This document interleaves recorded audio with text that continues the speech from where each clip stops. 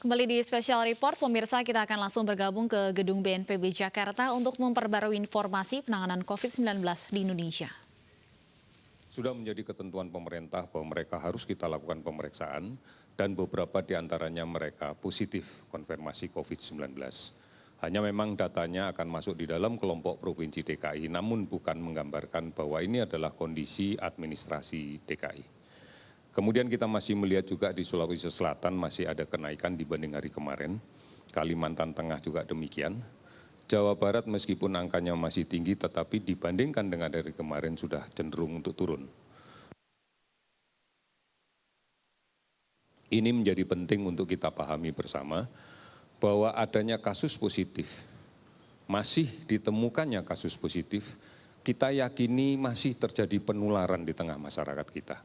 Masih ada orang yang membawa virus dan berada di tengah-tengah kita. Dan masih ada sebagian saudara kita yang rentan tertular. Oleh karena itu, mari sekali lagi kita patuhi untuk menjaga jarak. Kita tidak pernah tahu siapa yang berada di luar yang membawa virus ini. Karena banyak sekali orang dengan membawa virus ini tanpa keluhan apapun. Atau dengan gejala yang kecil sekali sehingga mereka tidak merasa sakit. Oleh karena itu, jaga jarak. Kemudian gunakan masker. Hanya ini yang bisa melindungi kita dari droplet orang-orang di sekitar kita yang membawa virus. Biasakan mencuci tangan dengan menggunakan sabun sesering mungkin, apalagi kalau kita habis menyentuh barang atau benda yang menjadi fasilitas umum. Cuci tangan dengan menggunakan sabun. Air mengalir setidaknya dalam 20 detik. Kemudian perlu dipertimbangkan betul kalau akan memutuskan keluar rumah. Untuk hal-hal yang tidak perlu, untuk hal-hal yang tidak penting, sebaiknya ditahan. Namun apabila terpaksa harus keluar rumah, maka perpendek waktu berada di luar rumah. Dan setelah kembali, ganti maskernya dengan masker yang baru, dan kalau pulang bekerja misalnya, segera ganti baju, mandi, bersihkan diri, baru kita bisa menyentuh keluarga kita. Saat ini kita masih melakukan pemantauan terhadap orang dalam pemantauan sebanyak 47.714 orang.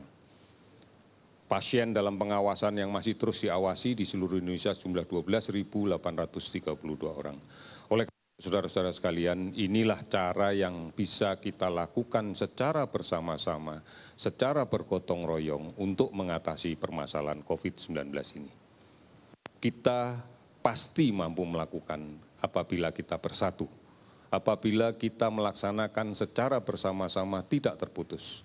Mari kita lindungi siapapun, bukan hanya diri kita, tapi keluarga kita, lingkungan kita harus kita lindungi bersama-sama. Dengan cara seperti inilah kita akan bisa menyelesaikan permasalahan dengan baik. Oleh karena itu dibutuhkan perubahan perilaku. Kita tidak bisa lagi kemudian menganggap bahwa mencuci tangan menjadi sesuatu yang tidak penting, menggunakan masker tidak penting, menjaga jarak tidak penting. Kita harus berubah. Karena kita tahu bahwa COVID-19 ini belum kita temukan virusnya, belum kita temukan vaksinnya sampai saat ini. Oleh karena itu mari kita melindungi diri kita. Mudah-mudahan ini bisa menjadikan pedoman untuk kita dan menguatkan komitmen kita bersama-sama untuk bisa menangani COVID-19 dengan lebih baik. Saudara-saudara, kita bisa, dan kita pasti bisa. Sekian dan terima kasih.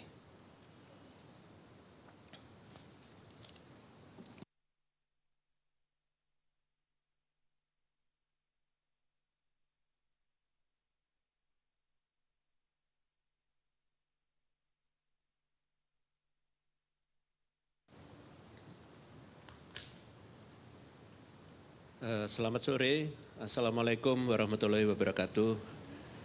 Saudara-saudara sekalian, saya ingin menyampaikan tentang pemulihan aktivitas masyarakat produktif dan aman COVID-19 dengan pertimbangan landasan ilmiah berbasis pada data di seluruh Indonesia.